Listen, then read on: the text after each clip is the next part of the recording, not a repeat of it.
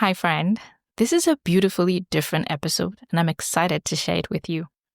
I have three ladies in my virtual studio with me. Ogochukwu Adesina is a human resource expert in one of the world's top consumer goods companies. Krystle Barrington is an author, a writer, and a content creator, and an IT program analyst. Fehintolu Adebanjo is a tech executive who works with startups. And we will be talking about how to thrive as an introvert in a corporate environment.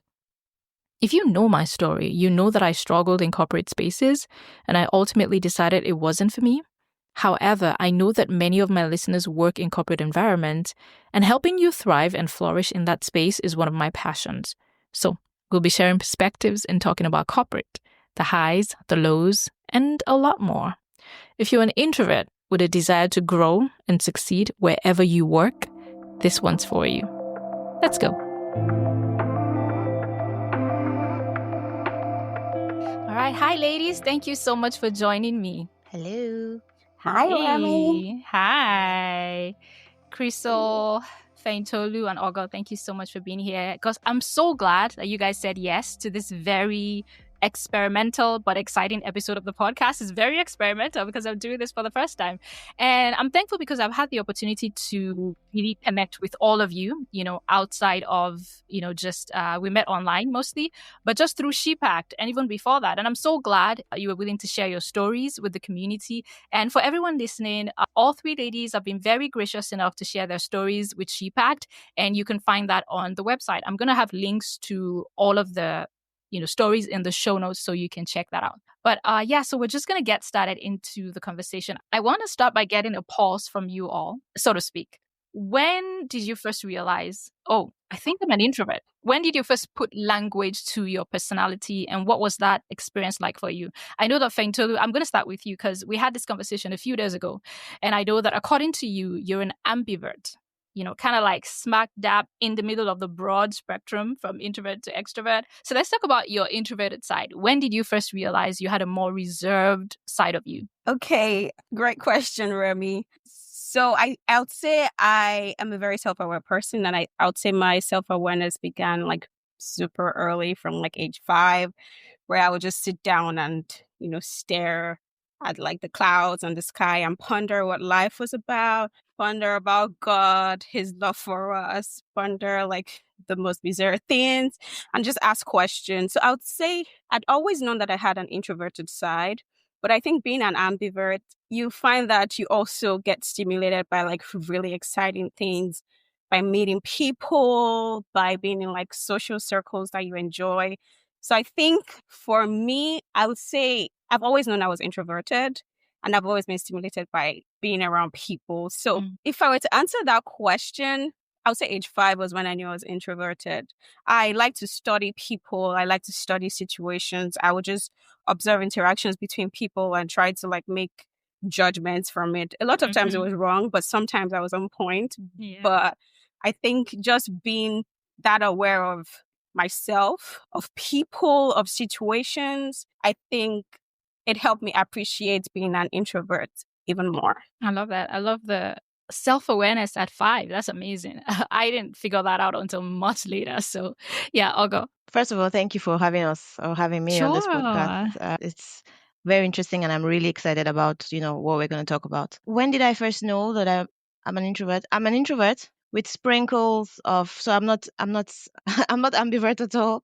Yeah. I am more an introvert than I'm not. And this realization, I think, putting word to it, and I think I've shared this with you before, was mostly linked to my hair loss. And because prior to that, I did used to be, or at least growing up, I used to be like the kid at home who would make everyone laugh, who would stand on the table and act up, and everyone's like cracking up and stuff. But as I started experiencing hair loss, and I realized that the more I was talking, the more people were asking me questions that I didn't want to answer. I kind of started withdrawing and, just going into myself, especially because I didn't even understand what was happening to me. So it was confusing to me, and I didn't know how to communicate that to others. So I just kind of withdrew. So I would say I was around 19, 20 at the time, and it kind of just shaped who I became afterwards, because it took a while. It was a long journey for me. It took a while, and that kind of just shaped or put form to the personality that I carry today. So that's pretty much, the short form of the answer. Yes. And we've shared that story Yeah. before in the Shippa community, and I'm thankful for that. Yeah. Krystle. Hi, Remy. Hi, ladies. So I have always, as a child, I was very shy. And it's funny, like preparing for this, I looked up the definition of being shy versus being introverted. So as a very shy, I always, I wanted to be to myself. Being around people gave me a lot of anxiety. But more so as an adult, especially, I guess you could say around the time I got out of college, I'm more comfortable around people per se. But I will always, if you give me the option, Krystle's going to choose to be there. Oh my God, I love it. That takes a lot from me. So oftentimes, if I had a busy weekend or I'm hanging out with friends and family, I need a few days to reset. I've always been observant, always very introspective, very self-aware. So I think shyness as a child just kind of developed into me being introverted. And I didn't have a word for it for a very long time. Other people made it very clear that I was introverted.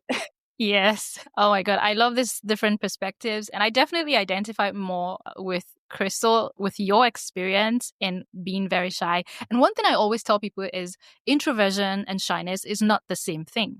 Introverts are not a monolith. Not every introvert is shy, right? There's some introverts who are more, because they are social introverts who are not shy, but they still would, after like doing all the things and being with all the people, still want to be by themselves to recharge. But I am definitely one of those introverts who is shy. I used to be very shy. I'm less shy these days because, the more you grow, the more you learn, the more you do, the more confident, you get. And that kind of changes things. So yeah, I love that. All right. So let's talk about work from a foundational perspective. Like growing up, was there any particular experience that kind of influence the way you think about work and the kind of work you want to do? You know how as kids we will say, oh, I want to be a lawyer, I want to be a teacher, I want to be an astronaut, right? Because we saw people doing that, maybe people in our circles, in our families, or maybe on TV, and it gave us an idea of something we wanted to do. I wonder, what were the different things you said you were going to do when you were an adult, and are you doing any of that today? I'll start with Krystle. So funny enough, my senior year of high school, I told myself I wanted to be a clinical psychologist.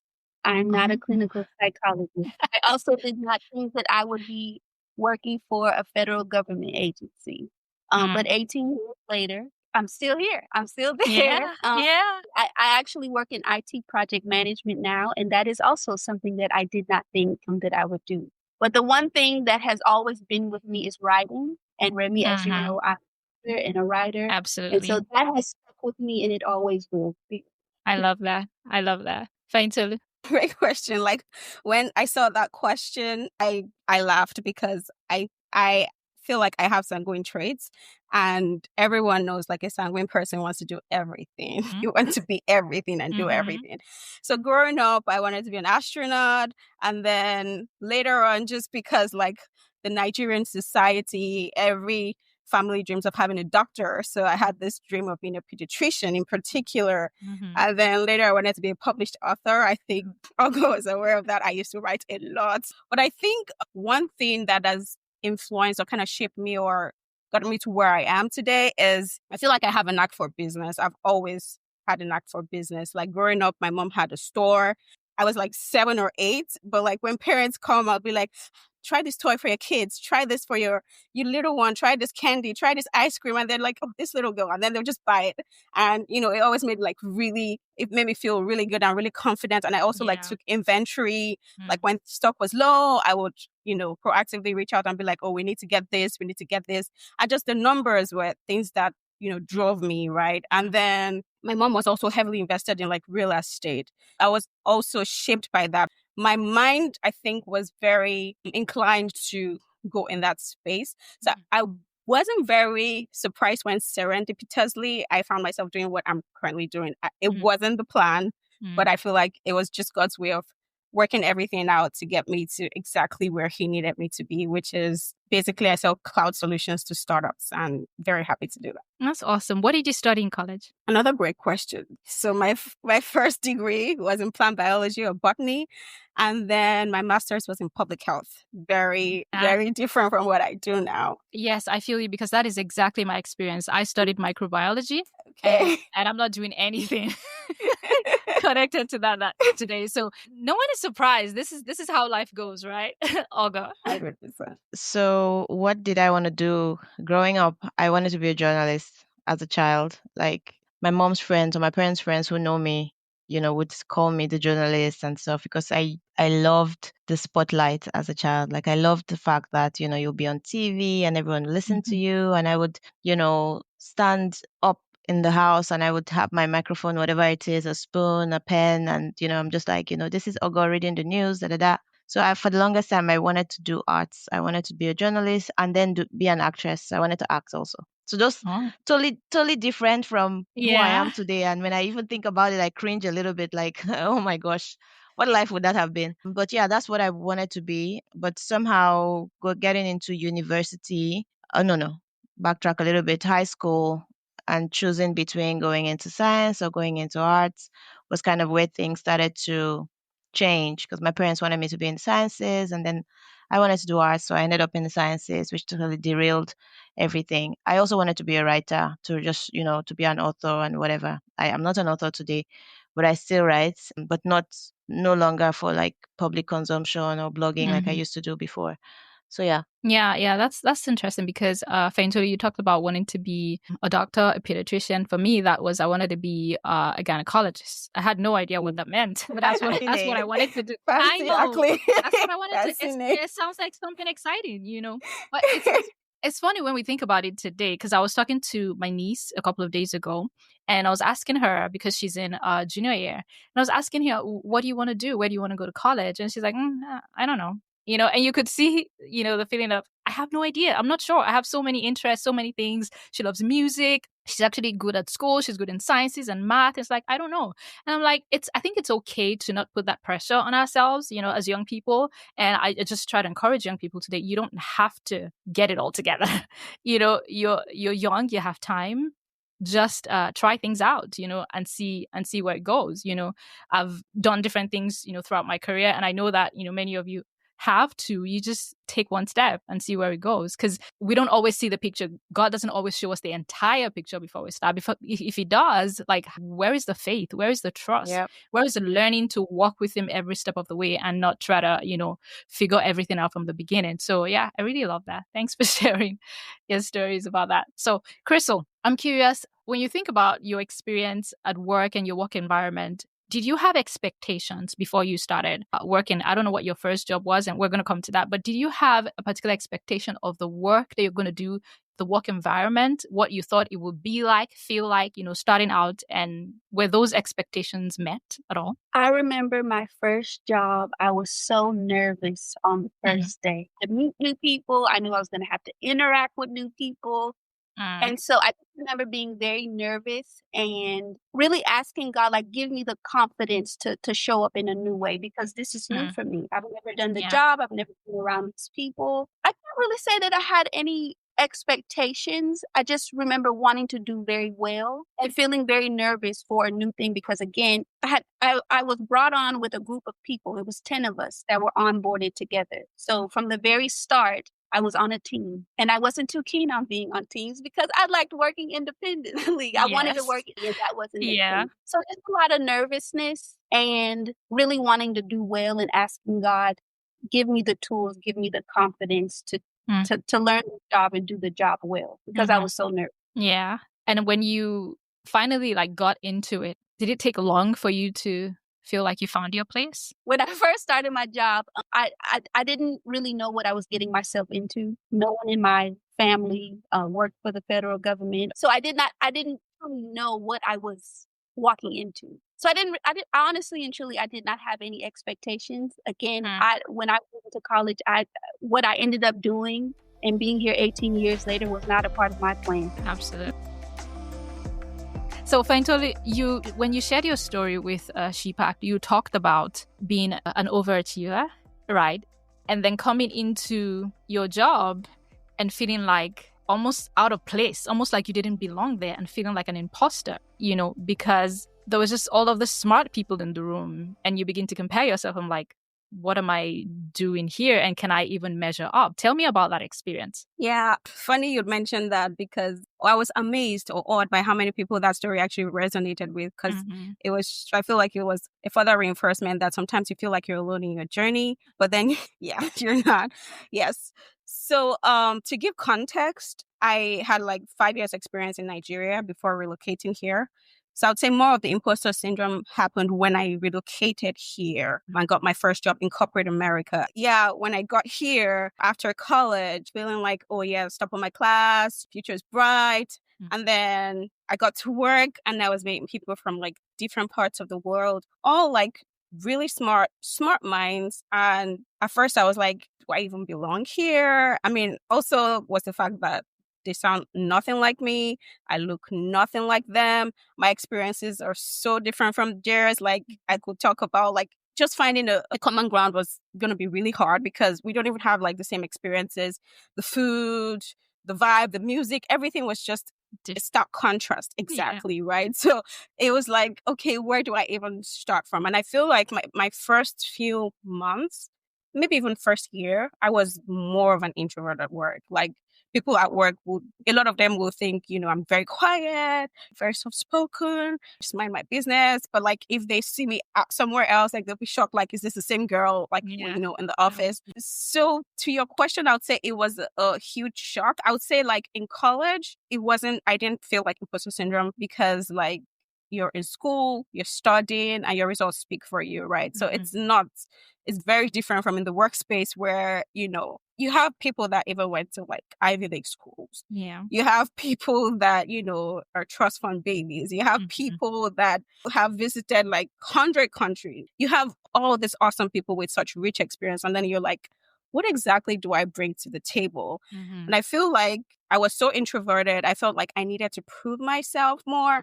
And I felt like I needed to do more, to be more. Also, there is the awkward conversation of me being a person of color. Of course, we're expected to, the unspoken rule is we're expected to do more, right? It was quite a journey for me, but I feel like I've evolved so much, and looking back and seeing how much I've accomplished and where I am today. And I wouldn't say I've arrived yet. It's still a journey, right? But I'm really, glad and happy that I was able to navigate all of that and get to where I am. And, also happy to share, more of this in future, because I imagine like you have way more questions. So I'll just save the stories for later. Hope I answered your question though. Yes, you did. You said, but let's get into a little bit of the stories you might be talking about.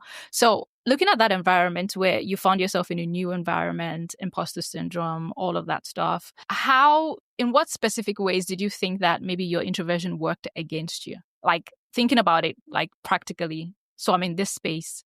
What is it that you would have done differently if you weren't so maybe anxious and nervous, and really leaning into more of your introverted self at that time? What would have been different? I would say I would have bet on myself more. I would have been more confident in my work, in myself. I would have spoken up for myself more. Coming from Nigeria, for the most part, like your work speaks for you. If you do good work, everybody knows, your manager knows, your teammates know, and it's almost like automatic that, you get promoted or you get visibility, and it's just a natural organic flow. Conversely, in the US, it's very different. Like you can do really good work and nobody knows. And then someone else is doing just good work. And the person is so vocal. The person knows the right people to speak to. The person knows how to position their work, their personality, their goals with the right people. And you'll see that if you do not speak up for yourself, you will get left behind. Like those vocal people, you will see them get like way more opportunities. You see them rise faster. You will see them, even sometimes take your work and present it as theirs if you allow it. Yeah. So I'd say what I would have done different would be speak up for myself more. I would have been more vocal for myself. I had scenarios where, in my last 2 companies, someone actually presented my work as theirs.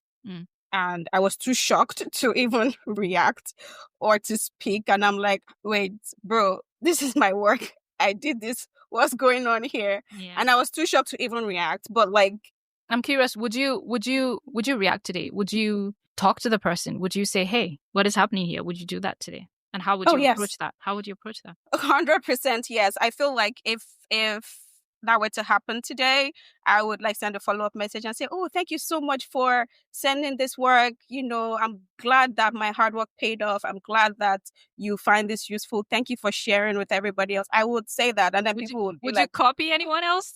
Would you copy anyone else? Everybody. I would copy every stakeholder. I will copy the person. I will copy all the people who sent it to. I will copy my manager, and I'll copy anybody else that I feel like would.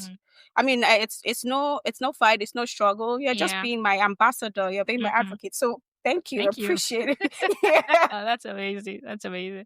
So let me go to Ogo. I know that we've talked about some of your experiences at work, and we've shared some of this with the community also. And I want to ask you this question about really how you felt like your introversion has maybe worked against you at work. But I want to ask that in light of what I already know about your story, which is your very intentional decision to want to grow at work, to want to become a manager, to want to become a leader. What do you think was, do you think one of the catalysts to that decision was the fact that maybe your introversion was holding you back, wasn't really working in your favor, and you wanted to change that? Tell me about that. Yeah, there are certain traits that are consciously or unconsciously associated with extroverts. So being out there, being outgoing, the first person to raise their hands up, or the person who always has something to say. And sometimes, being super assertive, for example. And it's not necessarily that the introvert is not those things.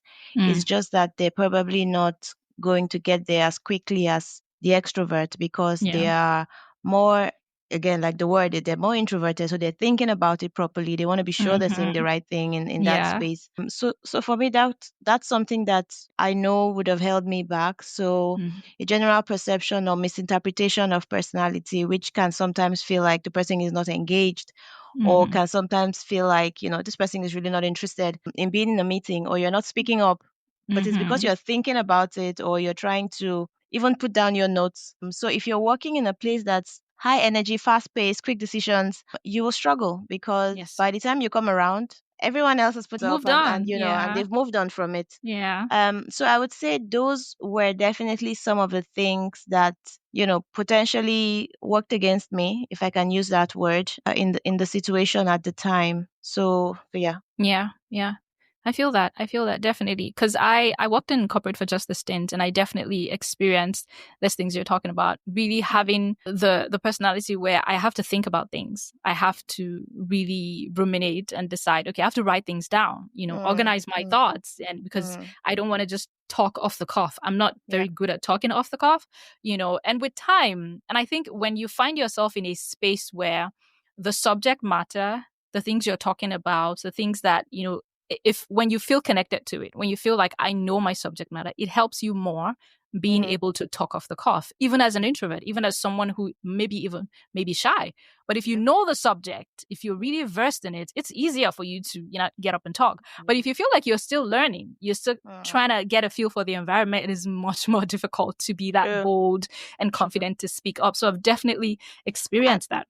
And just to add to that, sometimes, the introvert would rather, if they had questions or they wanted to clarify something in a big group, they would rather identify one person in the group that they are comfortable with, and, feel like at the end of the meeting, I can speak to you, or just pass little notes and say, what was this about, or what's happening? Because that's where they feel, themselves. And because they thrive better in smaller groups or in one-on-one relationships, it's easier for them. But that can very easily, again, be misinterpreted to feel like, this person is not wanting to connect or not wanting to network. You just kind of sticking to the one person that you know, or the two people that you know in the scenario. So we had I had an interview with someone, I think it was in episode 5 and 6, Latrice, and we worked in corporate together.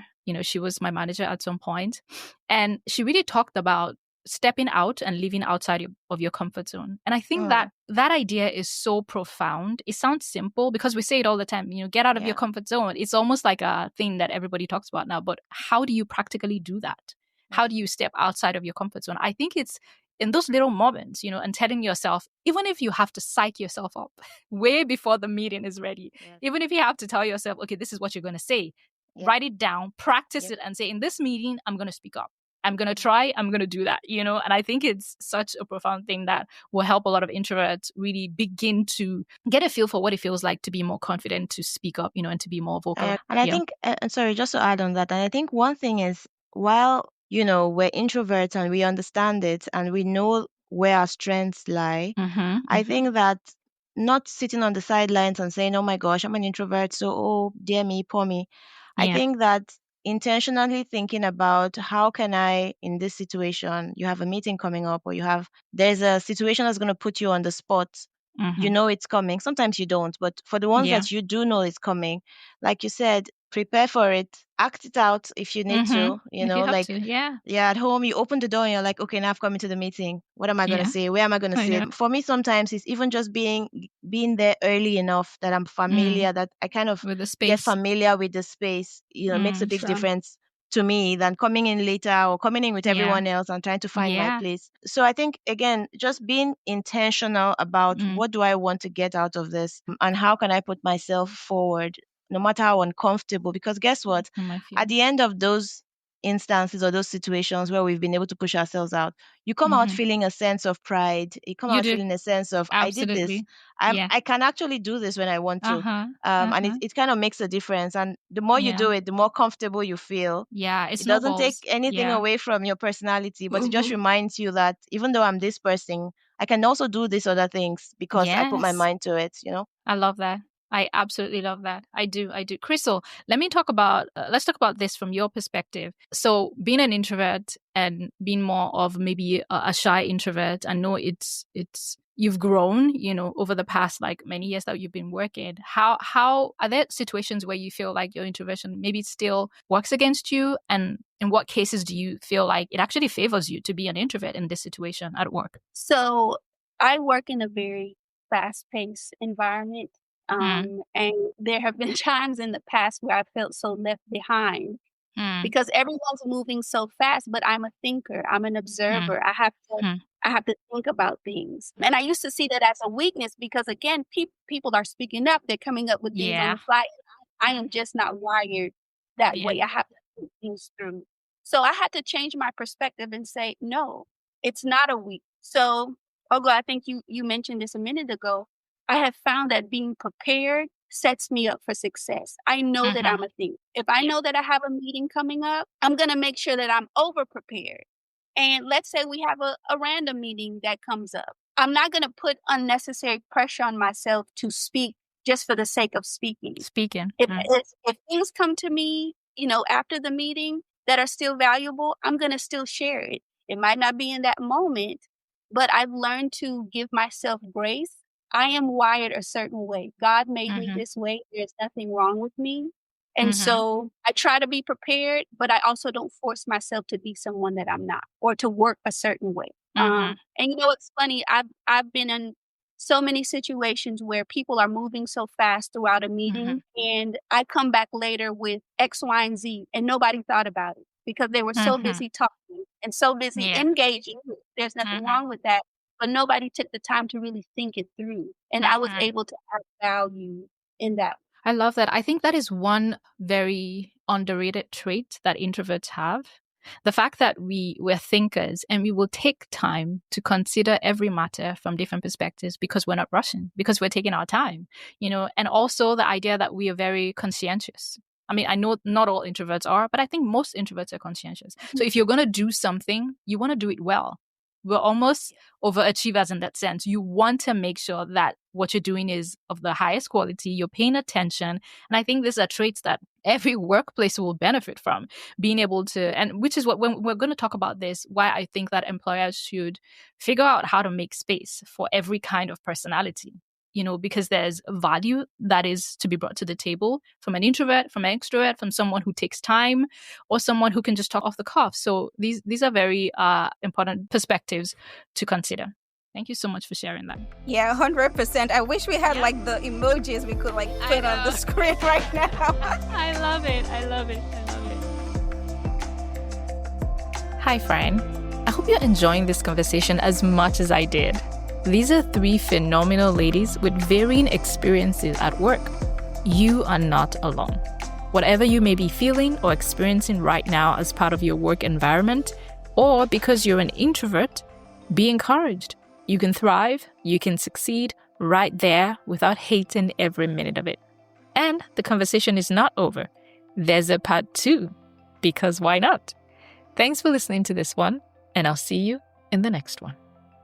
Thank you so much for listening. If you enjoy this conversation, please take a moment to follow or subscribe to the podcast. I'd also love your feedback on this episode. You can scroll down on your app and click write a review. I'd love to read your takeaways from this conversation. As always, don't forget to take courage, trust God, and go pursue your big ideas. See you next time.